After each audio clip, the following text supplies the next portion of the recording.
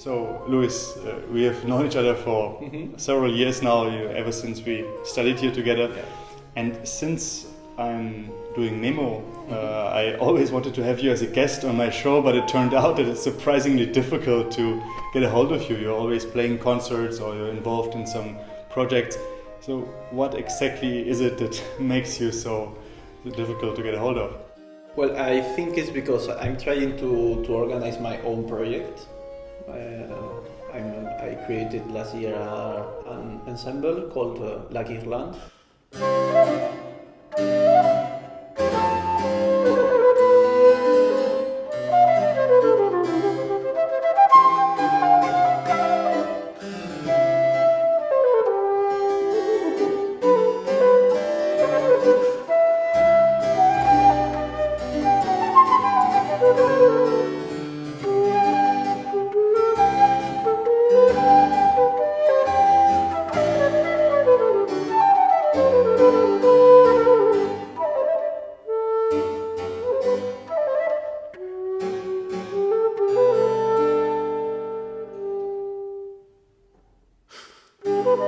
And I'm now doing a bit of research in Spanish music, Spanish flute music in 18th century, because with 18th century Spanish music there is always a bit of, we could say, misunderstanding, or I don't know. I think the problem is that there is no enough research. I noticed that flutes in general are oftentimes, associated with a kind of, softness and gentleness, and someone who likes to speak in stereotypes would perhaps even categorize it as sort of a feminine instrument. How do you realize your own character and your own identity through this instrument? Well, this is what you said about character is very interesting, because nowadays flute is always very feminine and very beautiful, and but it comes from 20th century, late 20th century. In fact, in 18th century, flute was considered a male instrument. I think it's a social concept that this instrument is female, this instrument is male. But I can feel that when I play 18th and 19th century repertoire with original instruments, it's not at all bucolic music.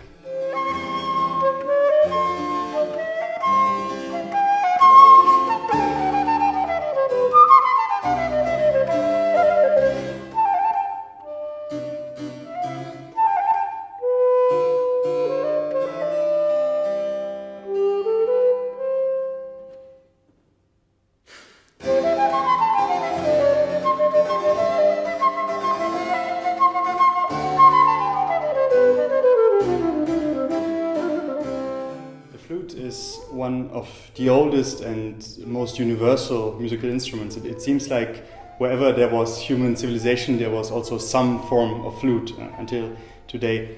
Can you tell us what place your particular instrument has in this long history? In 18th century, along the 18th century, we could say that it was like the golden age of the flute. Is the time when we have the most amount of music written for this instrument, and not only written but also published.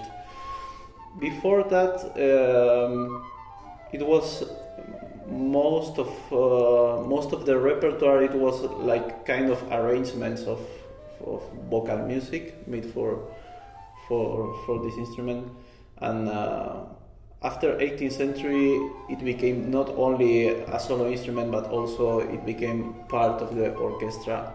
That was very important for this instrument.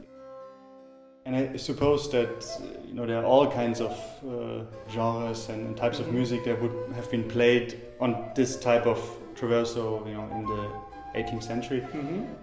What are the types of music that one could most typically associate with this particular instrument. Sacred music, for example, with Bach, we have many examples of cantatas, the passions, the oratorios. You could find it in all kind of situations, like one amateur musician playing alone at home or with friends, some chamber music. Also in royal palaces, we have for example, the example of Frederick the Great, who is known that he was a great flutist. Well, it's true that probably musicians who wrote letters in that time, they were writing that he was very good because he was the king, of course. But regarding the music written by Frederick himself, or by Quantz, or by Bach, for example, the musical offering, or we can imagine that he was a very good flutist.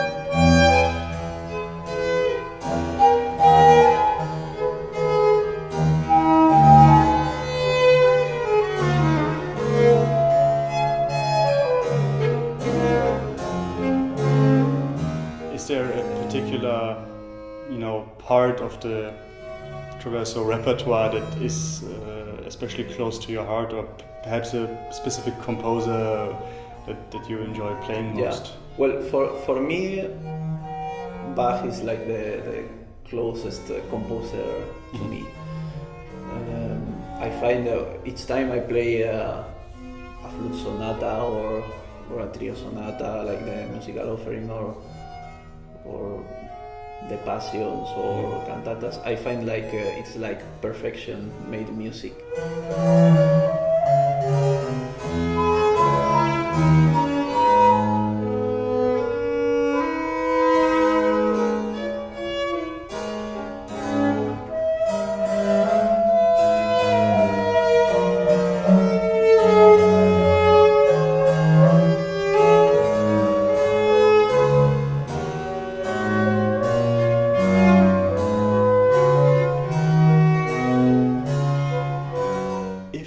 To describe the traverso's sound, also perhaps in comparison to the modern silver flute, what words would you use?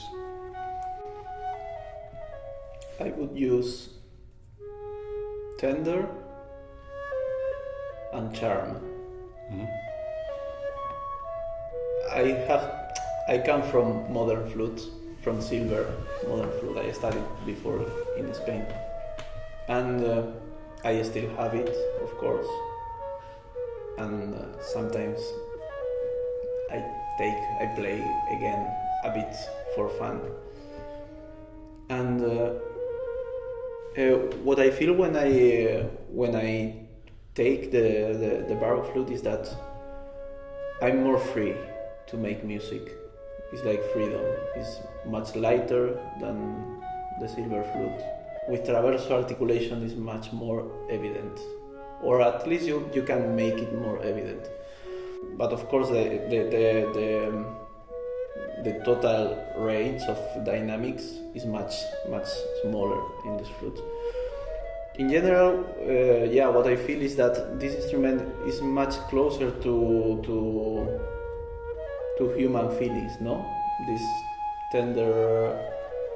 tenderness, or it's like a human voice talking to you.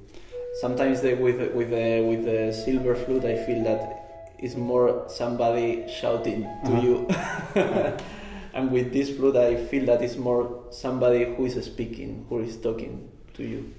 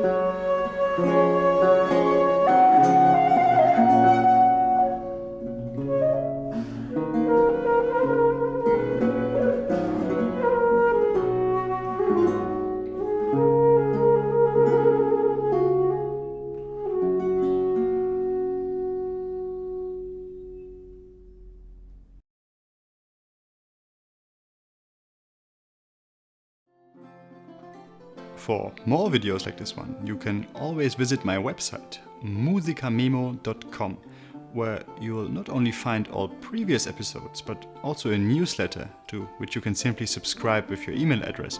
This way I can send you a message whenever I release a new episode, which usually happens once a week, right before the weekend. So I hope to be seeing you next Friday for another installment of Memo.